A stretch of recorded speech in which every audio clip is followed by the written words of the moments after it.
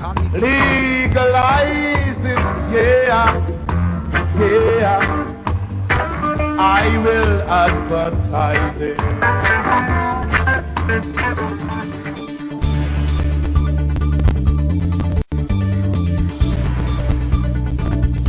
You're listening to Marijuana Election Night 2012 coverage on RadicalRuss.com. Brought to you by the Russ Belville Show VIP members, the National Cannabis Coalition, and High Times Magazine. And now, back to live coverage of Marijuana Election Night 2012 with your hosts, Iva Cunningham and Jennifer Alexander. Well, we got Brian the Red, and we've got Ms. Iva Cunningham. That's right. Jennifer is on her way over. She is stuck in ballot traffic. As most people don't, some people don't know this, but Oregon, we vote by mail. And that means that right now everybody's trying to get to the drop-off spots to drop off their ballots before 6 o'clock when they close. Yeah. So, joining us live via Skype, we've got Radical Russ Belville. How are we doing, Russ? Hey, everybody. Coming to you live and direct from the hotel party here for I-502. Still early here in Washington State, so as you can see, we're still an empty room. We're still waiting for everybody to show up, but things are getting pretty exciting here. Lots of people are ready for marijuana legalization here in Washington. I know we are. Let's see here. Oh, somebody hasn't muted all their Skype things, and I'm still trying to get the video up for you here, so we'll get that in just a sec. Polls are starting to close out on the East Coast. We're watching CNN right now. It looks like Indiana has gone 55-43 for Mitt Romney, according to CNN's election polling right now. We still haven't got any results yet on marijuana election polling. We do have Rick Thompson from the Medical Marijuana Show on the line. Rick, go ahead and unmute, and let's see if we can get some updates from you there. Hey, Russ. I'm glad to be able to be participating on the show. So tell folks what's going on in the state of Michigan, because a lot of people, they've heard about statewide votes in Oregon, Washington, in Colorado, Arkansas, Montana, and Massachusetts. Michigan's kind of gotten left behind. A lot of people don't know what's happening out there. So fill them in on the city votes that are happening. Sure, Russ. Michigan doesn't have a statewide proposal in front of the voters this year, but we do have 5 individual cities with different proposals before the voters, each to empower a different type of action for marijuana. In the city of Detroit, where I'm at right now, Proposal M will legalize the possession and use of marijuana by any adult 21 years or older on private property. Kalamazoo will potentially authorize the establishment of up to 3 medical marijuana distribution facilities within their city limits, which follows up on Kalamazoo's lowest law enforcement policy that they passed last year. We also have Flint, which is going to do a decriminalization similar to Detroit's. Also, we have Ypsilanti, who will also be decriminalizing medical marijuana as well, and Grand Rapids, which is the state's second largest city, who is also going to consider decriminalizing marijuana this evening.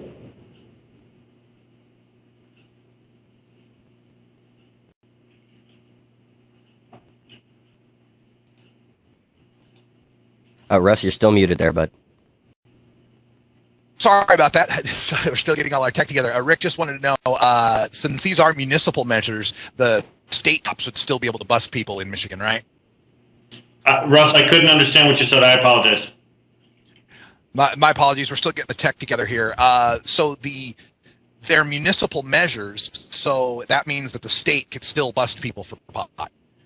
Well, that's true, with the exception of Kalamazoo. In Kalamazoo, they passed a lowest law enforcement policy last year, but the police were disregarding it and arresting people under state law. This year, the council went through and passed an ordinance prohibiting state or city officials or city police officers from doing that any longer. However, state officers, of course, have authority throughout the entire state to arrest anytime, anywhere. However, our state police officers in the state of Michigan are stretched very thin, so it's possible that they'll spend a lot of their time chasing down minor possession issues within state limits where it's empowered. That's excellent news. We're still trying to deal with some of the echo situation that we got here in the Skype. We'll get that figured out. But you were telling me in Skype that there's some preliminary results from Detroit. Yes, actually, we heard, and of course, this is preliminary. It's not been announced yet, but the Proposal M in Detroit is winning in early voting by still a large margin. It would be possible to call that right off the bat. Of course, we don't want to jinx anything, and we don't know this for sure, but that's what we're hearing from our sources. That's great news to hear coming out of Detroit, and we'll keep up with you, Rick, as the polls close out there. Go ahead and switch back to mute, and we'll go back to our main studio in Portland. All right, so back here in Portland, Oregon, with Iowa Cunningham. Hello. Yeah, so, I don't know much to report on right now. Well, we're starting to see some of the early voting coming in for Obama and Romney. Right now they're just discussing how Romney could still pull it out, but it's going to be a very close race between the presidencies, and I imagine that it's going to be pretty close in some of these initiative states too.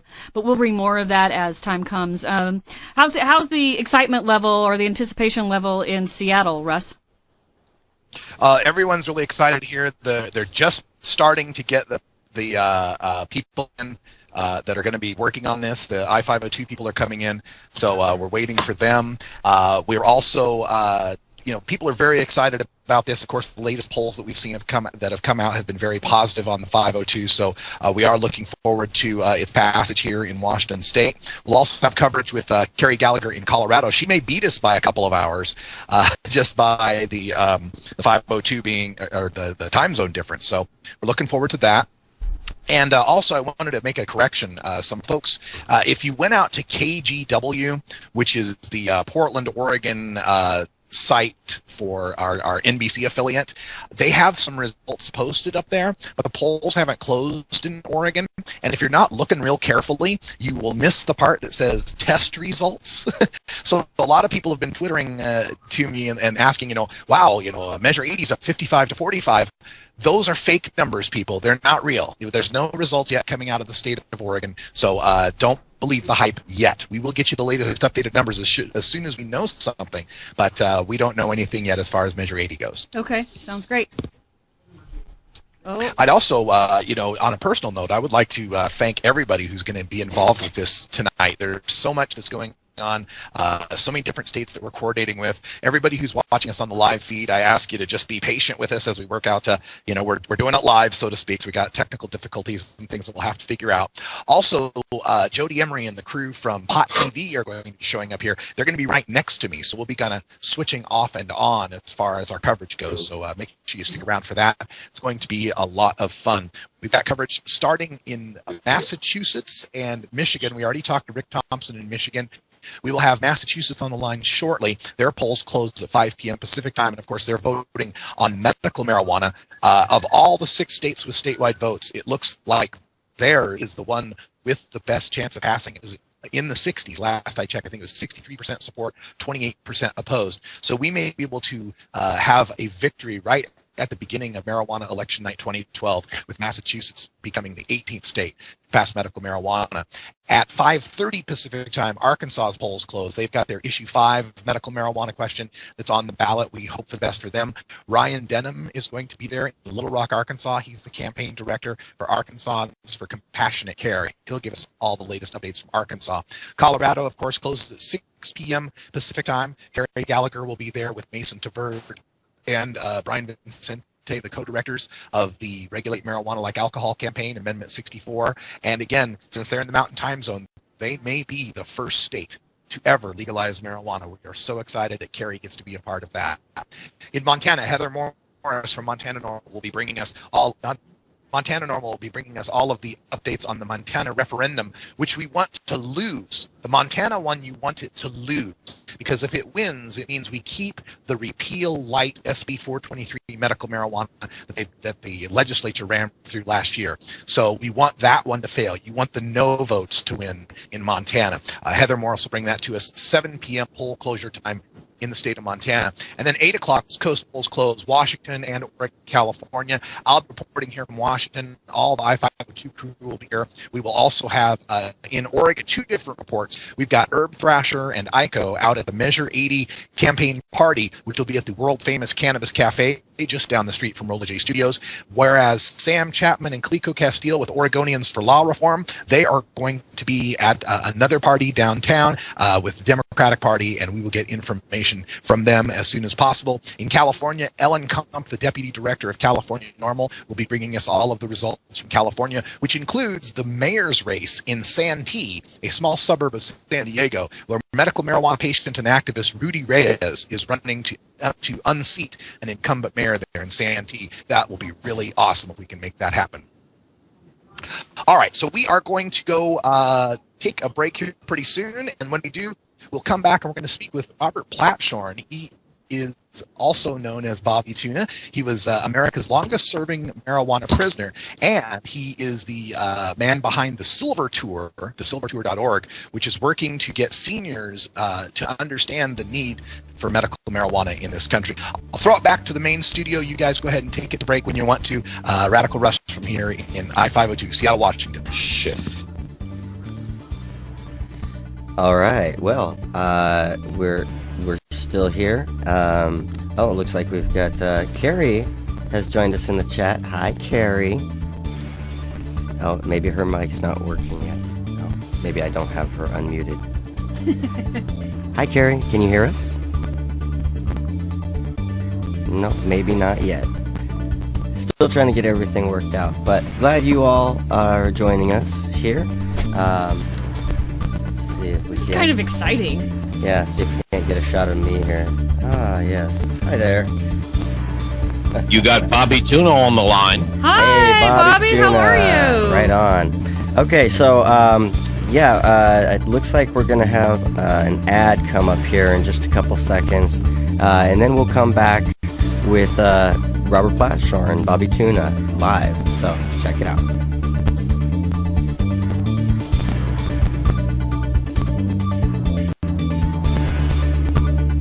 You're listening to Marijuana Election Night 2012 coverage on RadicalRuss.com.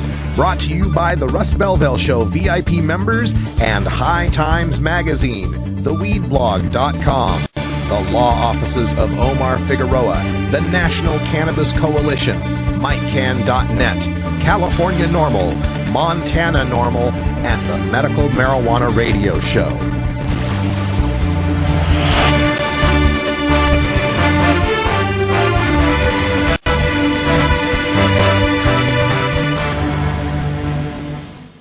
We need a new approach to marijuana. Young people have easy access since, of course, drug dealers don't check IDs. Initiative 502 brings marijuana under tight control, maintains strict penalties for selling to minors, and raises millions for prevention and education. With 502, we'll have more resources for us, less profit for the drug cartels, and police will have more time to focus on violent crime instead. Yes, on 502.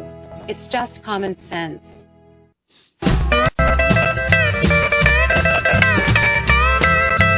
When I was in England, I experimented with marijuana a time or two, and I didn't like it, and didn't inhale, and never tried it again. I think you'd probably be a lot cooler if you had, Mr. President. Said, hey, do you have a joint, kids? Girl, would be a lot cooler if you did. Lie, don't hide it. Oh, lie, don't hide it. Just lie, don't hide it. Fire up right now. All right, we're coming back to you with Bobby Tuna, Robert Platshorn. Why don't you go ahead and give us an update on what's going on? I'm in the heart of Jim Crow. Yes, Indeed. Down Bobby, here. how are you? Yeah, it's black man the vote, and for me to get permission to travel. Yeah, I was reading that you have to go. You're on probation, and your your parole officer, whatever, has really put some tight restrictions on your ability to travel and do some of your work. So, you want to? Well, let's take this back a step. I served 3 years of probation and got an early release. And during those 3 years, I had a terrific parole officer, decent guy. He realized. Oh, looks like we're having some problems with the call. We're trying to get back a hold of somebody. Okay. Trying to reconnect here. Do we got you back, Bobby? You back on? Yeah, There we you got go. you back. Okay. There we are. There he is. All right, somebody's been messing with the dials. Fess up. They're checking in on us. Yeah. Anyway, I had 3.5 good years where I could travel, do speaking gigs, put on live Silver Tour shows. And as you know, the Silver Tour was very successful. It was featured on the front page of the Wall Street Journal and Newsweek and CNN, and maybe too successful because I had received a discharge from parole. And when I came back from the medical conference in Arkansas, Patients Out of Time, not Arkansas, I'm all right, Arizona, a new parole officer appeared from somewhere. I had never heard of him, and informed me that I was no longer discharged from parole, but in fact had to serve some more parole. I guess 30 years in prison and 3 years of behaving yourself on parole wasn't quite enough for a marijuana offense. So they put me on special parole. That's sort of like secret parole. Oh. And informed me I could no longer travel to promote legalization of cannabis. They were very specific. And, of course, that is a First Amendment violation. Right. So we've got all sorts of things in courts, but courts aren't the quickest thing in the world. And in the meantime, they just keep tightening the noose tighter and tighter. Why do you think that is, Bobby? Do you think that's... why do you think that they decided to make a special case out of it now? I mean, I know you spent 30 years in prison, but after 3 years of letting you travel and go to speaking gigs and be an activist, why are they trying to clip your wings now? I think the amount of national publicity that the Silver Tour has gotten, and the general uprising it's caused among seniors who really had no concept of medical marijuana, their own needs, and the uses they could make of it. And it was just revolutionary. Nobody had been talking to seniors. I realized that when Prop 19 got shot down in California, and you saw that seniors voted it out because they voted 65% against. And I thought for a little bit and said, look, that's my generation. We invented marijuana as it's known today. I mean, we were the sit-ins and the smoke-ins, and all it took was somebody to talk to the seniors. Most seniors hadn't the vaguest notion of their own need and their own uses for medical marijuana. And it was very easy sell. I put on the Silver Tour show. We bring a doctor and patients and lawyers, and it's not a panel or a seminar or a lecture. It's a show. We give them a great free buffet, and if we have 200 people, 190 of them will pick up the phone and call their congressman or senator and tell them, look, you can't keep this from us. We need it, and we need it now. And those kind of results were very measurable. They showed up in the press. And even the Wall Street Journal really wrote a fabulous article about how well the Silver Tour was working with seniors. And I guess they thought it was time to put the stops to me. You feel a little threatened by that? But in effect, they really gave me time to finish the TV show, Should Grandma Smoke Pot? And if anybody hasn't seen it, you're missing something, because that's just as effective as a live Silver Tour show. We've aired it 41 times now. You know, I used the Silver Tour funds and put it on 14 times in Eugene, Oregon, on a television station there. It's still running in Arkansas because I wanted to support the first medical marijuana measure in the South. And of course, Arkansas has a good chance of passing. And that's going to make a big difference to people in all the southern states. So all the money I've raised with the Silver Tour has gone to put grandma on TV. And by forcing me to stay at home, they made me work, finish the show, get it on the air. And now that the show's getting great results. In fact, probably in the next 2 weeks, now that the election's over, you'll see grandma. The show's called Should Grandma Smoke Pot? You'll see grandma on The Daily Show, Jon Stewart's Daily Show. All right. That's great news. Hey, Bobby, this is Radical Russ out here in Seattle. How are you?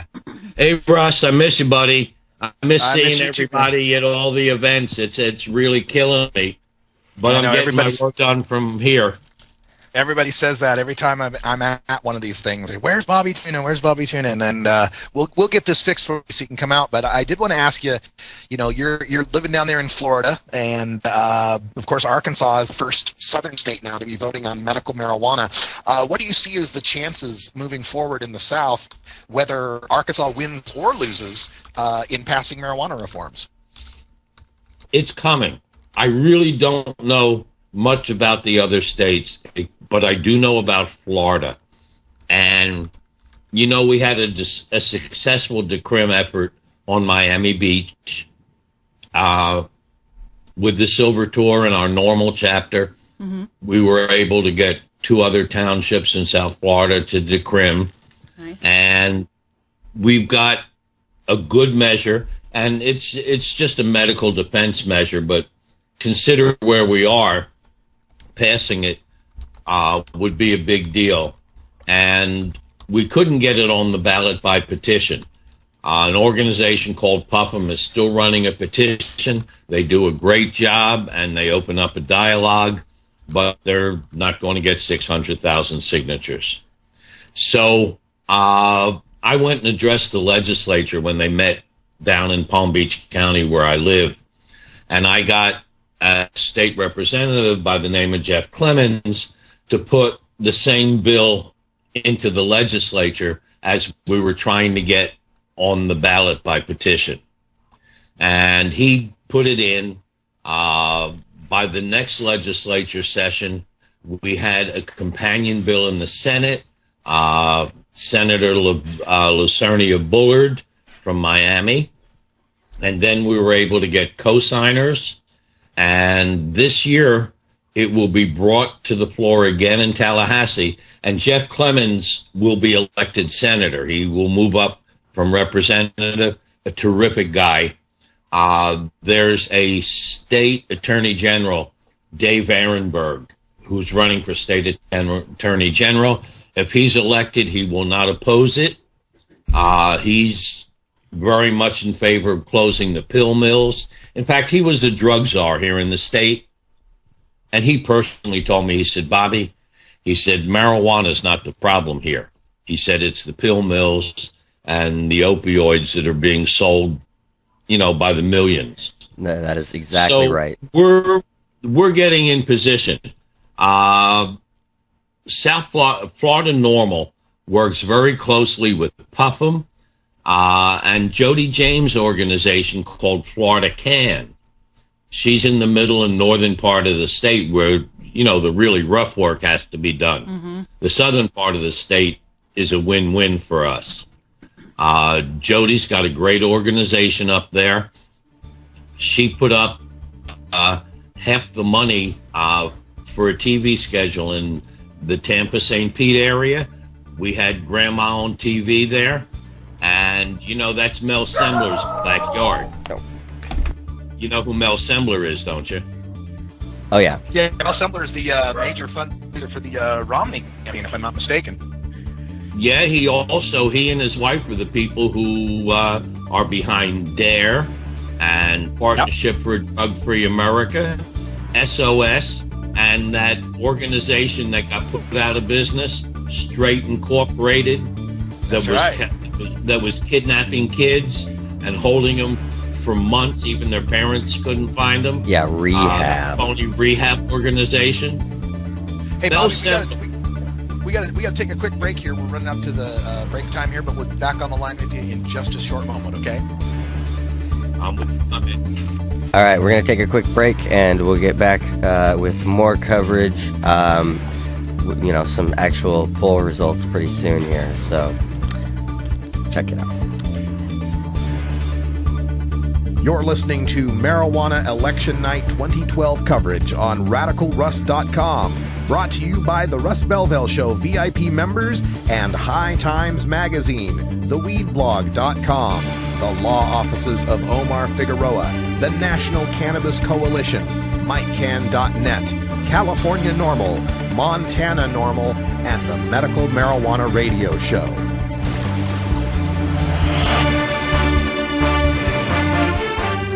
Federal law enforcement officials speak out about Initiative 502. We know firsthand that decades of marijuana arrests have failed to reduce use, and the drug cartels are pocketing all the profits. Initiative 502 brings marijuana under tight regulatory control. 502 generates new revenue for education, healthcare, and prevention. And if 502 passes, we'll have more resources to go after violent crime. Join us in voting yes on 502.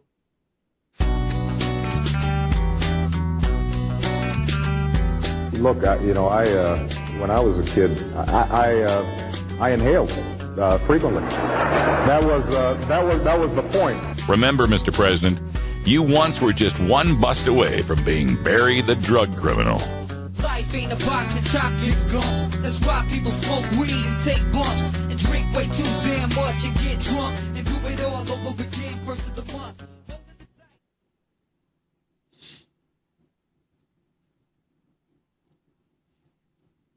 Okay, looks like we're back. Not quite as long of a break as I thought we were going to have. But, yeah, welcome to Marijuana Election Night 2012. Sitting in the big chair today, Brian the Red, coming at you live. In studio, we have joining us, to my right, the Mrs. Radical here. Hello, and everyone. Ava Cunningham. And then over joining us now, we have, let's see if this is the right camera here. Oh, that's close enough. Aiming at me yet. This one here. That's good enough. Here, go to that one up there. So, hey there. We've got Jennifer Alexander joining us in studio. Let's see if I can get her How was the mic. traffic on the way over here? Traffic wasn't too bad. Really? It wasn't bad. Not on the highway, at least. It's still early. I dropped my ballot off at the public library this morning, and I expected there to be long lines, and there wasn't. So that was kind of nice, just to be able to pop it in the box and go. I turned mine in on Friday, and I was getting a little nervous because it hadn't shown that they had received it yet. They have tracking on the Oregon Secretary of State's website where you can see if your ballot's been received. Oh, wow. And Did you actually mail yours in, or you brought it? No, I dropped it off. Okay. But I live in Washington County, and I dropped it off at a Multnomah County drop box. So I started panicking, thinking maybe I shouldn't have done that. But I called the Secretary of State. They told me no worries. It probably just delayed because they're shipping it over to the... Yeah, so I was panicking for a little while there. No worries. Yeah, and I went and dropped off my ballot along with my brother's and Russ's the other day down at the main elections office here in town in Southeast Portland. It really, there's only a couple hours left, people. If you're here, in the West Coast, if you're here in Oregon, bring your ballot in, especially, Oregon, Washington, Colorado. This is really important. We're not going to get this chance again. There's 3 states up. We got to show them 3 states up, 3 states passed. This has got to be it. So let's shoot back up to Russ. How are you doing out there in Seattle? Yeah, doing fine here. Is everybody's hearing me okay there in the studio? Yeah, you're coming through a little bit low. Let me try and boost you. Okay, see if I can boost that a little bit. Yeah, we still have Robert Platt showing on the line. He's America's longest-serving nonviolent marijuana prisoner and behind the silvertour.org. Robert, can you still hear me? Yeah, I can still hear you. I think they're trying to make me violent. Who's they? They even turned me down for being able to speak in front of the American Bar Association. I was supposed to speak at their national convention. And could you imagine the government said, no, you can't do that. Amazing. That's unbelievable. That absolutely blew my mind. You know, I thought, well, they'll stop me from going to the High Times Cannabis Cups. They know I write for High Times, and I'm at all their events. And one of their motives, of course, was to stop me from earning a living. I was earning my living doing book signings, signing copies of Square Grouper. You know, my movie's been on Showtime for the past 3-4 months, and this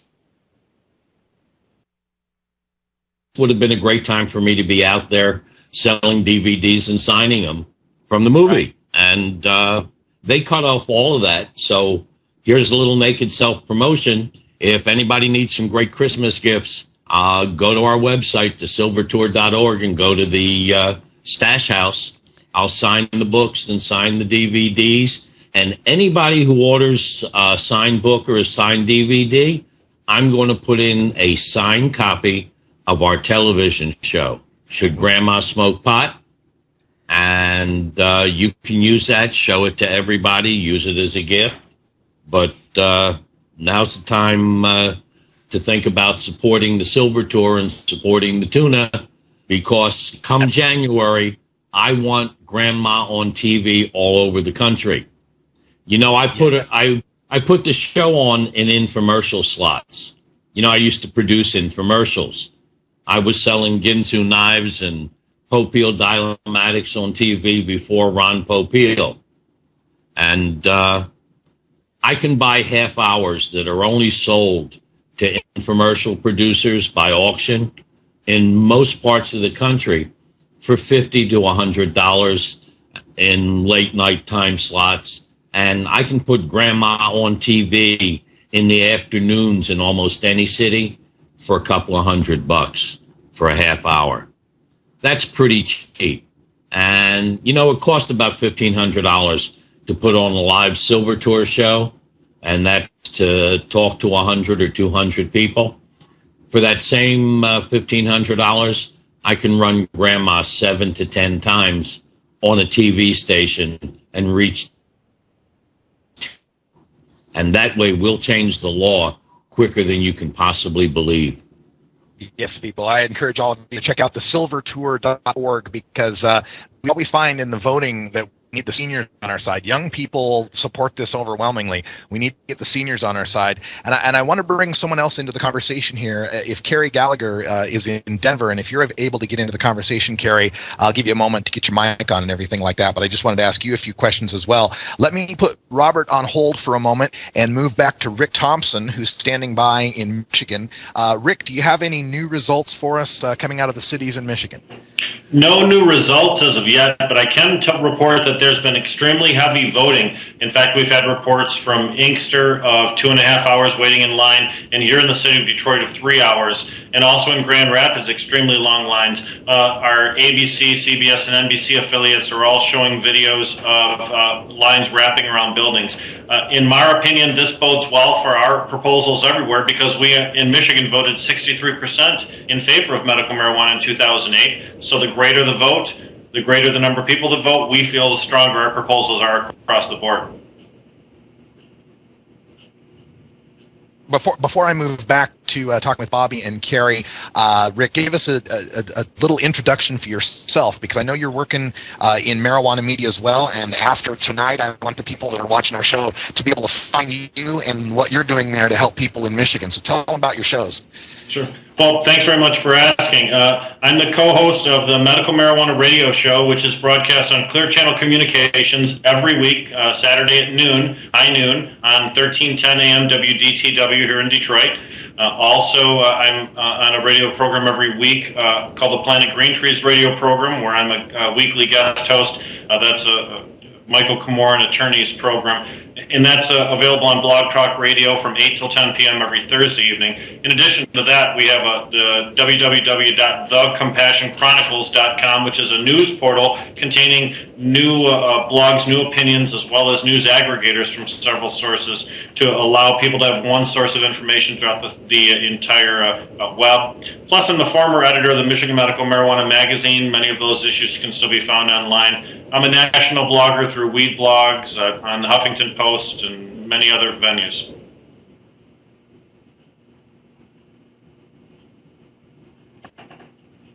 Oh, still muted over there, Russ. Sorry about that. Got to remember the mute button. We are getting some news coming in now from CNN reporting that Barack Obama is ahead 52-48 in Florida and way ahead in Virginia. Now it's very, very early. Just 2% of the returns are in, but 58-40.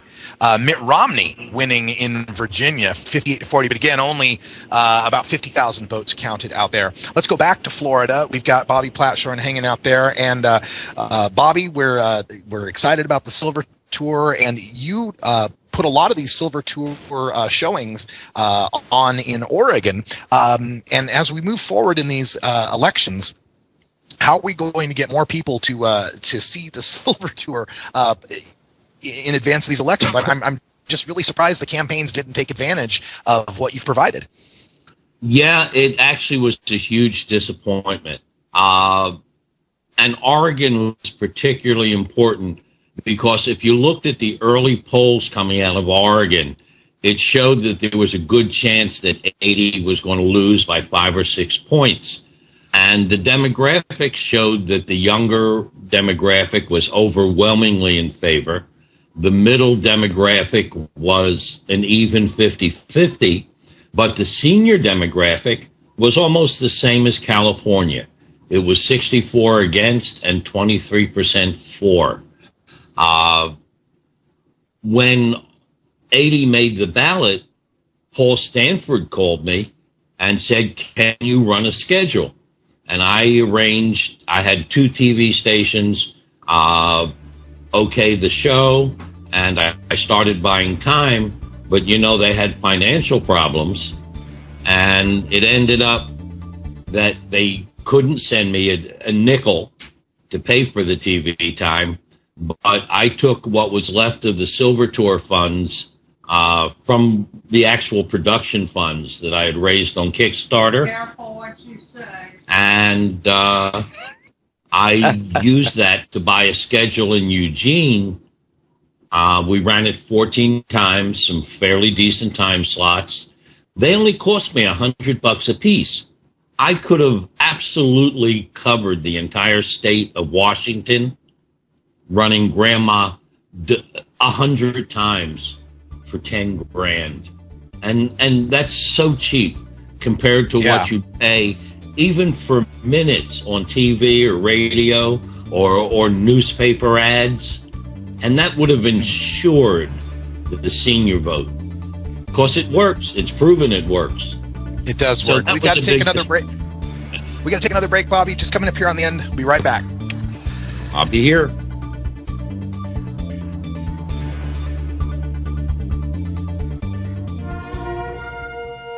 Hi, this is Dan Michaels. If you're looking for professional voice talent for your commercial or podcast, I'm your man.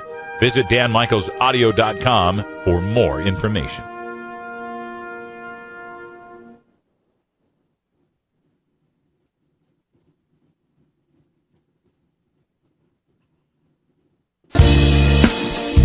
You want to legalize it? Call your congressman today. 202-224-3121. It's free, it's easy, and you don't even have to give your name, just your zip code, and they'll hook you up to your congressman. Call 202-224-3121 and tell Congress you support marijuana legalization. Liberate your mind. Liberate your mind.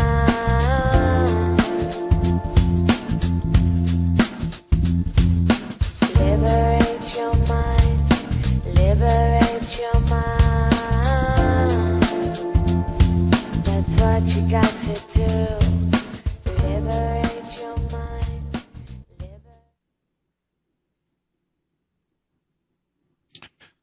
Welcome back. We're here at the I-502 headquarters in Seattle, Washington. I'm Radical Russ with our coverage of Marijuana Election Night 2012. Hashtag MJVote if you're out there on Twitter. You can also follow our team on Twitter at Radical Russ and at RB Show 420. We're going to see if we can get Karri Gallaugher on the line. Karri can't hear anything on her side at this point, so we're going to move back to Robert Platshorn, who's standing by in Florida. Welcome back, Robert. Here I am. Let me put this in perspective. Peter Lewis put up about $650,000 for medical in Massachusetts. With that much money, I could put Grandma on TV. Now, bear in mind, that's a half-hour show. I could run her on national network television about 65 or 70 times.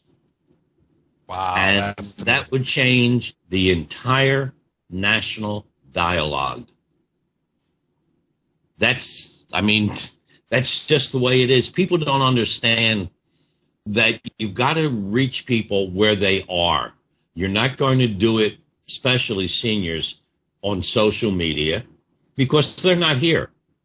And you're not going to bring them here. But they are on commercial television. That's what they watch. And so you go to them. I mean, that's how we sold Dial-O-Matics and Shark vacuum cleaners and exercise equipment. No, that's the truth. I mean, I was one of the best that ever did that. According to Billy Mays, who died, I was a legend in that business. Yeah. So I know what Bobby, I'm doing. I can't tell you how many times I've seen that P90X infomercial, so I know what you're talking about. Yeah, and you've got to repeat it and repeat it. I know how to do that, and I can buy television time at about 10% of what a normal person would pay for that time because it's sold to infomercial producers through a private auction process, and no one else is eligible to buy that time.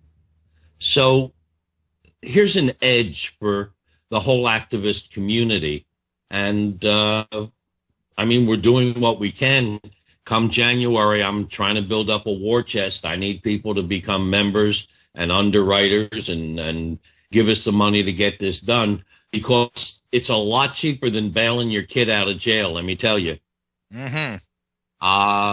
For the cost of one marijuana defense, I can cover a whole state for 2 to 3 months with saturation television. Think about that.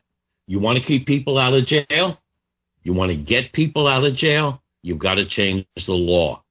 And that's the whole purpose of Should Grandma Smoke Pot? Anybody who hasn't seen it can go on YouTube and just put in Should Grandma Smoke Pot? Or go to our website, thesilvertour.org, and you'll see it right in the middle of the homepage. Yes, by the way, go ahead. it's had 23,000 hits on YouTube alone. Not hits, views. 23,000 full half-hour views on YouTube. That's amazing. We're speaking with Robert Platshorn. He is known as Bobby Tuna. He was one of America's longest serving nonviolent marijuana prisoner. Did 29 years in prison. So, Bobby, as we wind up this election season, there's been a lot of debate up here in the Pacific Northwest. There's been some people in the marijuana activism community who are against some of these legalization measures. And when you hear talk like that coming from reformers, how do you feel about it? It absolutely makes me angry. Because for the most part, it's trivial. They haven't thought it through. The big objection to 502 is the 5 nanogram driving measure. But the courts have already looked at that and said, no, that's not evidence of impairment. That doesn't go. So if 502 is passed in the form that it's in, and I'm fairly sure it will be, they're going to have to change that regulation, or all the court cases are just going to fall right through the cracks. But what's even worse is you've got people up in Washington who are saying, oh my God, the police are going to be behind every stop sign and billboard just waiting, trying to nail marijuana smokers. Everybody's going to be going to jail. What an utter bunch of BS. Where are they going to get the money to do that? They'll no longer be authorized to do that. Yeah. Marijuana will be a non-crime. The last thing they're going to do is allow their police resources to be used to try and track people who may or may not be driving on marijuana and who they're not going to be able to prove impairment. And yet these people are vehement that this is going to send more people to jail. And so they're against 502. It's absolutely ridiculous. Who is going to tell the police that it's okay to do that once 502 passes? I mean, where are they going to get the resources? It's just absurd. It's more ridiculous than what went on in California, Prop 19, with all those stupid rumors that big tobacco's buying up all the farms and the land, and they're going to control marijuana. Big tobacco wouldn't touch marijuana for at least 10 years after it's fully legalized. It's just not in the cards because they get too much help from the government. And marijuana is not something that they're even vaguely interested in until it's been legal and legitimate for at least 10 years. Then they'll go buy up companies and they'll compete. The rumors that were started in California were really started by the police unions and the private prisons. And so many activists are so engrossed in gloom and doom, and everything is big pharma, and the mainstream media is against us, which is utter nonsense, because the mainstream media has been supporting the marijuana activist community for the past 5, 6, 7 years very actively, and before that. And there's not one advance in marijuana medicine that is not reported over and over and over again on CNN, the New York Times, Washington Post, and even the conservative papers like Wall Street Journal. So, I don't know, we've got so many negative people in our community who are ready to admit defeat at every turn, and they don't help us. Well put, Bobby. You started me on a rant, didn't you?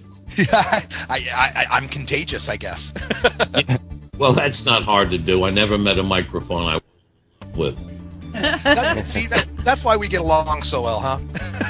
Yeah. Hey, Bobby, we gotta take another break here. We're coming up toward the end of the hour. Just want to let people know you're listening to the Marijuana Election Night. This is RadicalRuss.com, and we have a live show that we do every Monday through Friday at 3 p.m. Pacific time. 2 hours live news, opinion, interviews with great people like Bobby Platshorn every weekday right here at RadicalRuss.com. We'll be right back. Stick around.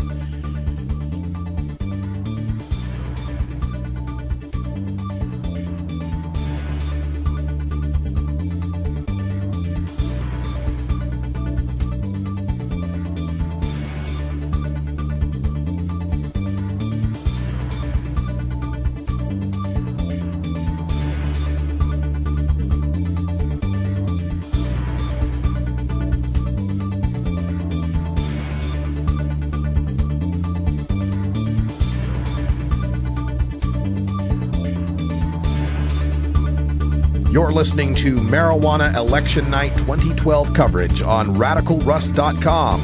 Brought to you by the Russ Belville Show VIP members and High Times Magazine, TheWeedBlog.com, the law offices of Omar Figueroa, the National Cannabis Coalition, MikeCan.net, California Normal, Montana Normal, and the Medical Marijuana Radio Show.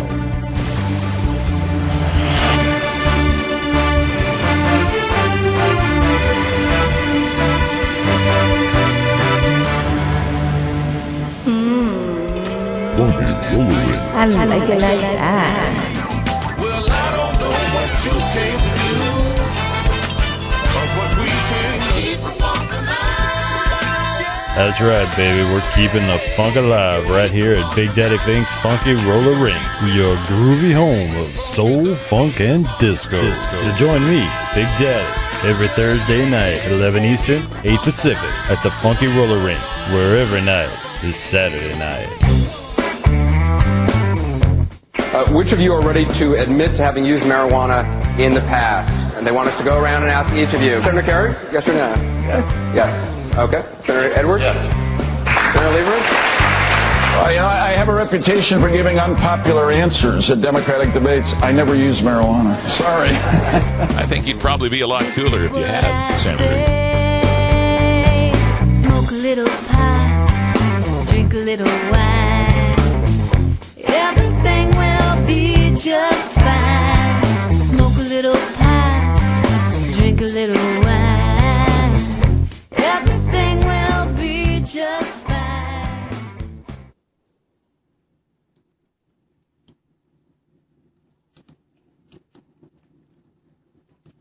Okay, so we're back from the break.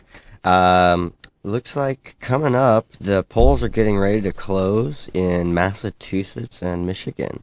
Nice. Here at 5 o'clock Pacific, which is going to be 8 p.m. Eastern.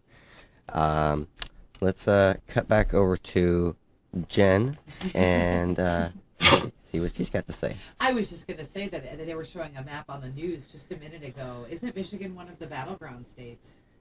Yes. Yep, that's Yes. yeah. I think we've got something going there. Yeah, well, the battleground states for president, I meant. Just that they're... Oh, they're those one of the battleground states. Yeah, Well, I don't think they have anything going on with marijuana this year in Michigan. Not that I'm aware of. Russ is all more caught up on all these national ones, but I'm getting excited waiting for our polls to close. That's still a few hours away. Yeah, I'm still just waiting to hear the results here. I think everybody's waiting for their own little area, of course. But, I mean, I'm excited to see what Colorado's going to do. Because, of course, they're the first. If it passes there, bam, it's just going to, be a wave. It should just wash westward. I do want to say this really quick because I was duped along with a whole bunch of other people. KGW was posting results, and they were test results. They were just using it to kind of test their software for once the polls close. But they showed Measure 80 at 55%. I know. In favor. And everybody was like, wow, not only is it winning, it's winning overwhelmingly. Yeah, Everybody no. got really excited. I've seen it going around everywhere. Those are not real results. We've all been had. Yeah, well, there was another report of that. I do want to mention that quarter after the hour at 5:15, we are going to have Rudy Reyes. He's going to join our chat, and he's going to talk about his campaign for mayor of San Jose, California. That's outside of San Diego, California. Looking forward to that. I've met him before. He's quite an amazing young man. Not young. Isn't all relative, isn't it? But I'm really looking forward to talking to him. I haven't talked to him for a while. He was one of the firemen that was badly burned. I can't remember the name of the fire, but he was badly burned. And he's a medical marijuana patient, but good on him. He was a flame jumper. He was That's right. One of the people who jumped into burning forests and he was in that group that got trapped behind the fire and they had to behind the fire line. Yeah. So, but he's running, and all the best to him, right? Yeah, I'm looking forward to talking to Rudy about that challenge that he's in. Do we have Russ still on the line there? No, I think Russ has decided he's going to take a quick break. And then I want to get an update from Rick, if we can. Rick, are you still on the line? I sure am. Yes, I'm right here. All right. Okay, great. Let's go ahead and cut to Rick, and we'll get an update of what's going on. Well, again, we're getting ready to close. The polls are almost shut here. It's 8 o'clock, 7 minutes until, and we won't have any official word until then. We've got monitors on all of the major news stations. I also have Jamie Lowell from the Third Coast Compassion Center live in Ypsilanti. I've got Kevin Spittler from the Med Joint in Kalamazoo. And I've got Brad Forrester in Grand Rapids with Michael Trufflemeyer's victory party for their proposal up there, too. So we have reporters in all sections of Michigan that have active marijuana ordinance or laws pending. and I'm very excited to hear the results today. We're very optimistic about all 5 of these, particularly in Detroit, naturally, but also in Grand Rapids. Now, that's on the very conservative west side of the state. Typically, that's a very difficult place to get any liberal measures passed. However, in Grand Rapids, the current mayor supports this proposal. The former mayor supports this proposal. The House of Representatives member for that district supports the proposal, as do 4 of the 7 city council members and 3 school board members, all of whom publicly have come out in favor of it. So Grand Rapids is doing very, very well in an area that we wouldn't expect. Kalamazoo, which is potentially going to empower 3 dispensaries within their city limits, is also on that same conservative west side of the state. Now, they also passed a marijuana law last year as well, a lowest law enforcement policy.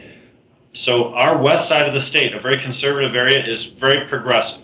And here in Michigan, we have 2 peninsulas, you know. We have the lower peninsula, which looks like a mitten, but we also have the upper peninsula. And the upper peninsula is traditionally a very conservative district and zone. However, there's a very active marijuana community up there, especially since our proposal in 2008 passed with a 63% majority. Wow. And the upper peninsula is very, very strongly represented in all different aspects of everything we do in Michigan.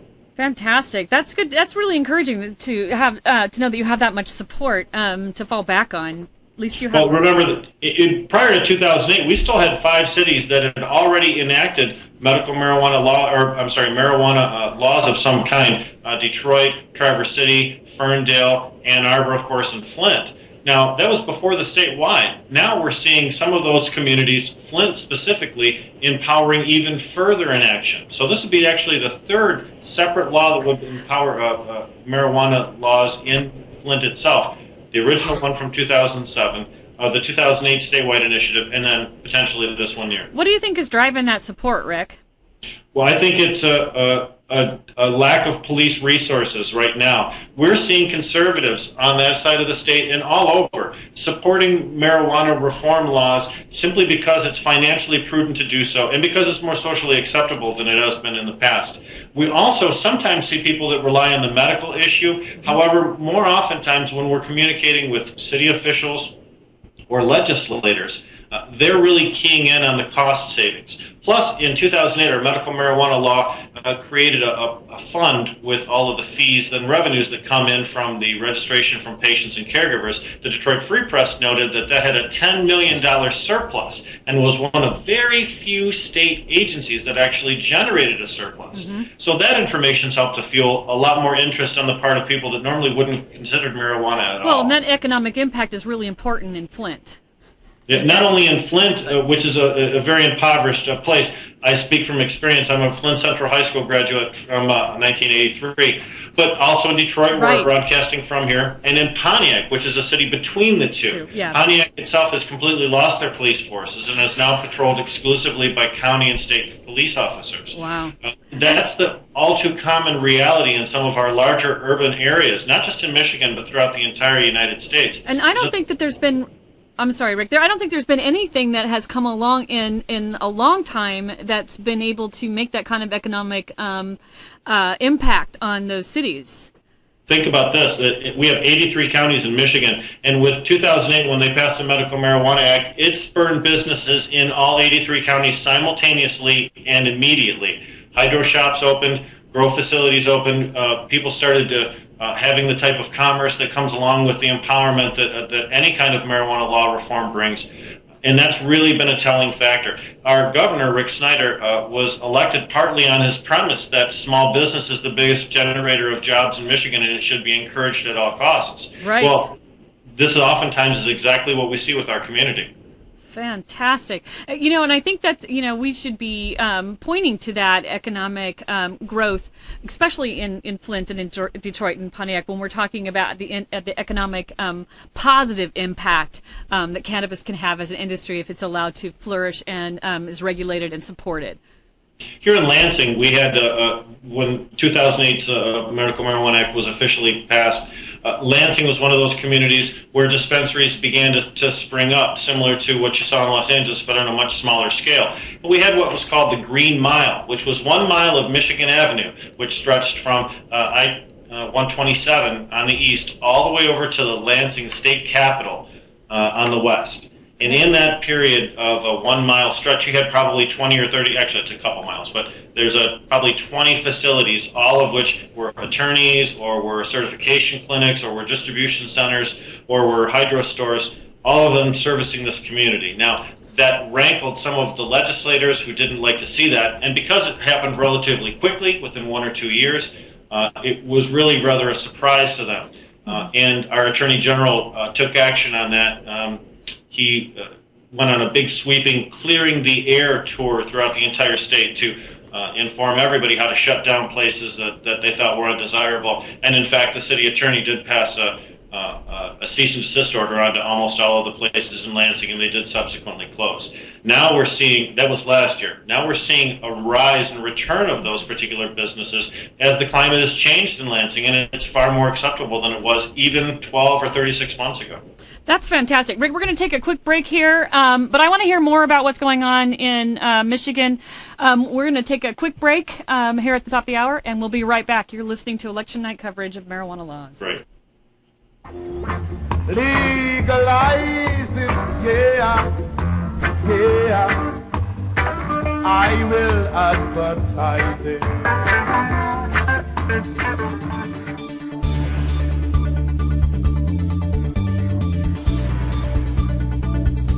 You're listening to Marijuana Election Night 2012 coverage on RadicalRuss.com. Brought to you by the Russ Belville Show VIP members, the National Cannabis Coalition, and High Times Magazine. And now, back to live coverage of Marijuana Election Night 2012 with your hosts, Iva Cunningham and Jennifer Alexander. Welcome back, everybody. Marijuana Election Night coverage 2012. I'm Radical Russ here in Seattle, Washington. We've already had I-502, the Washington initiative to legalize possession of marijuana by adults. We've got live team coverage in all 8 states that are covering marijuana legalization, medical marijuana, decriminalization, and other issues important to the cannabis community. Polls are